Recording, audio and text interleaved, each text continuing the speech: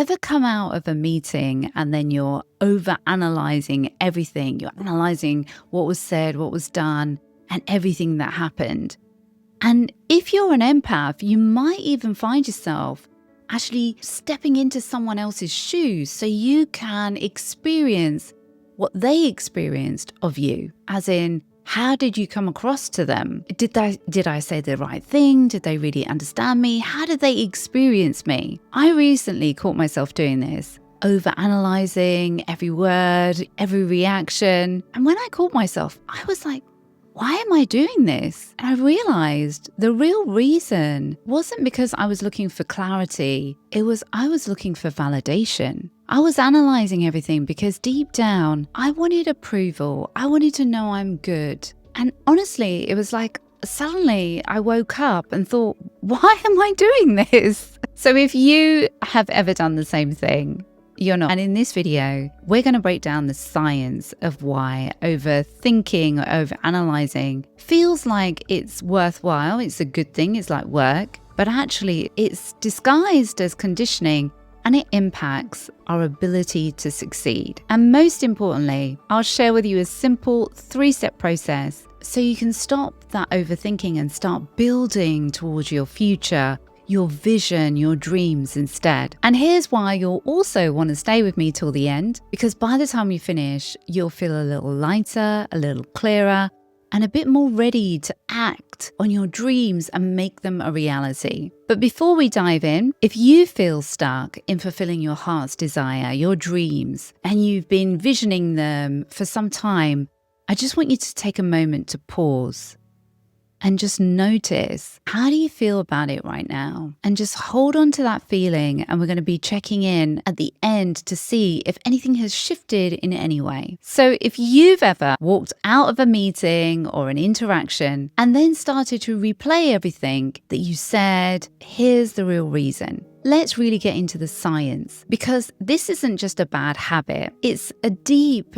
evolutionary, neurological, and there's physiological reasons why we overanalyze. So there's the evolutionary roots. For most of human history, survival has depended on belonging to the tribe. And so if we're rejected or excluded, it could literally mean danger, even death. So our brains have evolved. So you're hyper attuned to what other people think. So caring about opinions isn't so much a weakness, it's a survival mechanism, which you don't really need anymore, but it kept us safe. So if you're an empath, remember, it's okay. It's a survival mechanism, and it's about having compassion towards yourself that you do that. Here's where it really gets wild. Studies using MRI scans shows us that rejection actually activates the same part of the brain as physical pain, the anterior cingulate cortex. That's why it can literally hurt when we feel judged or excluded. Or on the flip side, approval actually gives us a dopamine reward hit. So every single time we get validation, the brain actually hit, and we're chasing that chemical hit. So that's why sometimes if we're replaying a conversation, it can feel addictive, where we're going over the old history. We may even enjoy it.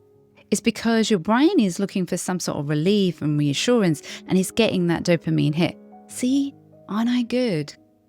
But the truth is, when we start doing this, it can end up that we actually start criticizing or finding something that we didn't do. And most of the time, we feel that rejection. Did you know that rejection lights up the same part of your brain as physical pain? That's why we know that overthinking actually can really hurt over a period of time, where you can feel like, oh my gosh, my brain's going to explode, or I just want peace. That is another sign that maybe you're overthinking. Then there's another reason why we overanalyze, and that is conditioning. And this is a big one. From childhood, most of us have been rewarded for fitting in, punished if we're standing out, if we're different. We're told, be a good boy, be a good girl, be a good person, be quiet, don't be seen, behave, don't rock the boat.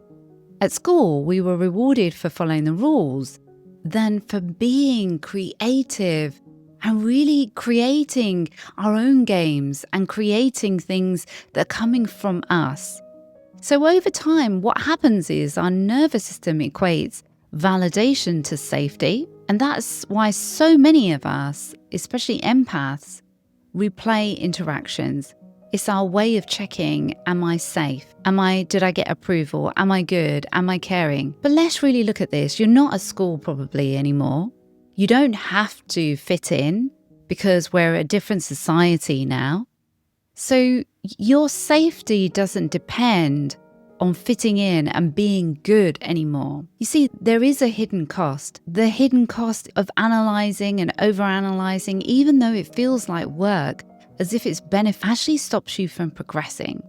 It's actually disguised conditioning. Your brain is tricking you into thinking that you're solving something when you're really just draining your energy levels. The amount of energy it takes for you to allow yourself to step into somebody else's shoes, it's so draining just to get validation, just to get that feeling of I'm good. And the more time we spend on the past, replaying, or really thinking about the future, imagining how we're being so good to be able to get validation, we're spending less time on actually making a change. And that is that we're not in the now. Eckhart is completely right. The power is in the now. Not going over what we did in the past to try and get validation, or imagining ourselves getting validation in the future, but really being fully present in the now so that we can then take action towards our goals, towards our visions, towards our dreams. That's why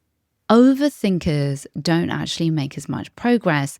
That's why overanalyzing means that we're wasting time, and we can actually see it in a part of the brain. There's a part of the brain that when we're overanalyzing, we're actually really genuinely going round and round in circles. That's why overthinking keeps us stuck. It's called rumination, just like a cow is ruminating and chewing grass over and over and over. We're wasting a lot of energy going over something in circles. And sometimes we can really tie ourselves up into knots, rather truly relax into the present. And then we know what is the next right step for me to take towards my dreams, towards my goals, towards my vision of what I've wanted to do for so long. And this is what's fascinating. Research shows one of the biggest differences between people who succeed and people who are stuck is not really caring about what other people think.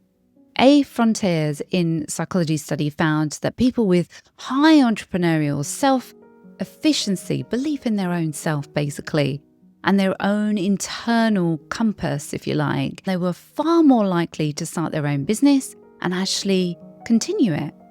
So it's actually important for us to have that so that we can start something, because without that, we can doubt ourselves and stay in that dream state, if you like. In other words, they're trusting themselves rather than wanting that external approval, and then that means they're more present to actually take the action. There's also another study called Research Science Direct on the fear of evaluation. It shows that when people care too much about being judged, they avoid the risk and avoid visibility. But when they care, they actually feel like, oh, I'm free. I can actually take that next bold step. And if you look at interviews with visionary leaders, they all say that they had a turning point the moment they stopped letting other people's opinions dictate their action.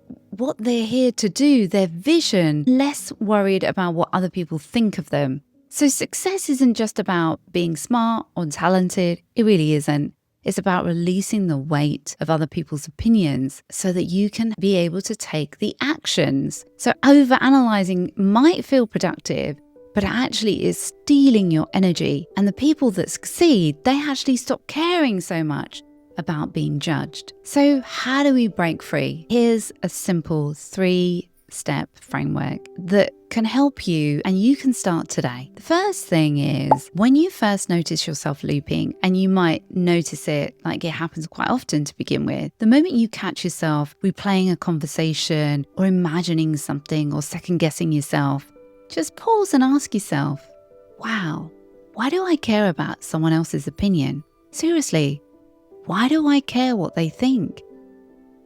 How is this really helping me? And the truth is, it's not.